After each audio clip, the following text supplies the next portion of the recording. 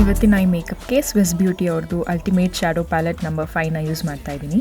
ಮೊದಲನೇದಾಗಿ ಒಂದು fluffy blending ಬ್ರಷ್ನ ತಗೋತೀನಿ. ಇದರಲ್ಲಿ ಈ ಬ್ರೌನ್ ಶೇಡ್ನ ತಗೊಂಡು ಕ್ರೀಸಲ್ಲಿ ಬ್ಲೆಂಡ್ ಮಾಡ್ಕೋತೀನಿ.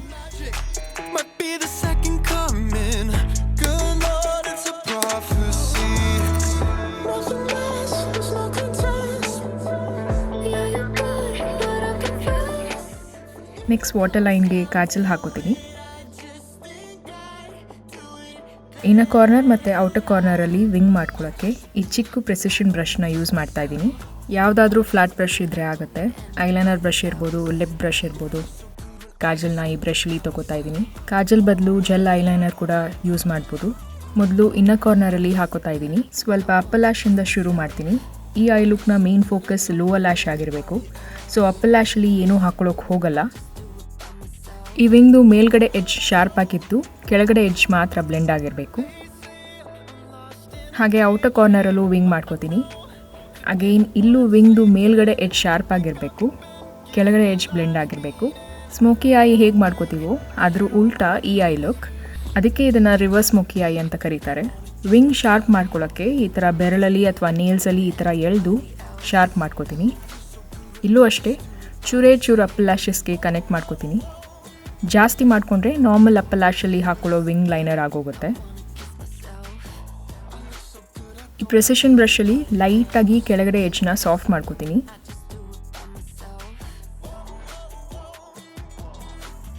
ಕಾಜಲ್ ಬ್ಲೆಂಡ್ ಮಾಡೋಕ್ಕೆ ಈ ಫ್ಲಾಟ್ ಶೇಡರ್ ಬ್ರಷ್ ಅಥವಾ ಸ್ಮಜ್ಜರ್ ಬ್ರಷ್ನ ತಗೋತಾ ಇದ್ದೀನಿ. ಇದರಲ್ಲಿ ಕಾಜಲ್ನ ಸ್ಮಜ್ ಮಾಡ್ಕೋತೀನಿ. ನಿಮ್ಮ ಹತ್ರ ಇರೋ ಕಾಜಲ್ ಬೇಗ ಸೆಟ್ ಆಗೋದಿದ್ರೆ ಮೊದಲು ಇನ್ನರ್ ಕಾರ್ನರ್ ಮತ್ತು ಔಟರ್ ಕಾರ್ನರ್ ಮುಗಿಸ್ಕೊಂಡು ಆಮೇಲೆ ವಾಟರ್ ಲೈನ್ಗೆ ಕಾಜಲ್ ಹಾಕ್ಕೊಳ್ಳಿ. ಕಾಜಲ್ ಸೆಟ್ ಆಗೋದ್ರೆ ಸ್ಮಜ್ ಮಾಡೋಕ್ಕೆ ಕಷ್ಟ ಆಗುತ್ತೆ. ಆಮೇಲೆ ಅದೇ ಬ್ರಷಲ್ಲಿ ಬ್ಲ್ಯಾಕ್ ಐ ಶ್ಯಾಡೋ ತೊಗೋತಾ ಇದ್ದೀನಿ. ಇದರಲ್ಲಿ ಲೋವರ್ ಲ್ಯಾಶ್ನ ಬ್ಲೆಂಡ್ ಮಾಡ್ಕೋತೀನಿ. ಹಾಗೆ ಇದು ಕಾಜಲ್ನ ಸೆಟ್ ಮಾಡುತ್ತೆ. ಕಾಜಲ್ ಮೂವ್ ಆಗಲ್ಲ. ಇನ್ನರ್ ಕಾರ್ನರ್ ಮತ್ತು ಔಟರ್ ಕಾರ್ನರಲ್ಲಿ ಜಾಸ್ತಿ ಬ್ಲೆಂಡ್ ಮಾಡ್ಕೊಳಕ್ಕೆ ಹೋಗಲ್ಲ. ಜಸ್ಟ್ ಈ ಥರ ಪುಲ್ ಮಾಡ್ಕೋತೀನಿ. ಮತ್ತು ಅದೇ ಬ್ರಷಲ್ಲಿ ಮೊದಲು ತೊಗೊಂಡಿದ್ದು ಬ್ರೌನ್ ಐ ಶ್ಯಾಡೋ ತೊಗೋತೀನಿ. ಇದರಲ್ಲಿ ಎಡ್ಜಸ್ನ ಸಾಫ್ಟ್ ಮಾಡ್ಕೋತೀನಿ.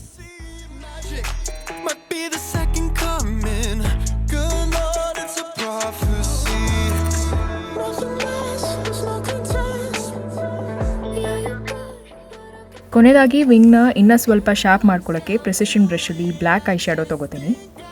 ಇದರಲ್ಲಿ ಇನ್ನರ್ ಕಾರ್ನರ್ ಮತ್ತು ಔಟರ್ ಕಾರ್ನರಲ್ಲಿ ಅಪ್ಪರ್ ಎಡ್ಜ್ ಮಾತ್ರ ಶಾರ್ಪ್ ಮಾಡ್ಕೋತೀನಿ.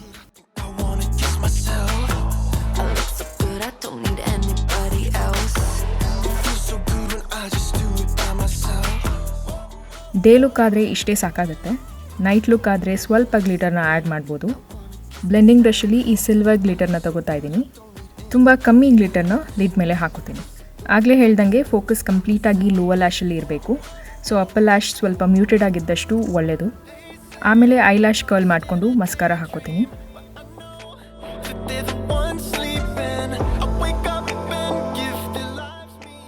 ಲಿಪ್ಸ್ಗೂ ಅಷ್ಟೇ ಸ್ವಲ್ಪ ನ್ಯೂಟ್ರಲ್ ಶೇಡ್ನ ಯೂಸ್ ಮಾಡ್ತೀನಿ.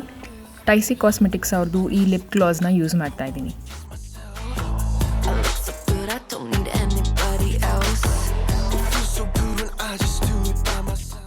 So yeah, this is the final look. Thank you so much for watching. I'll see you in the comment section. I wanna kiss myself. I look so good, I don't need anybody else.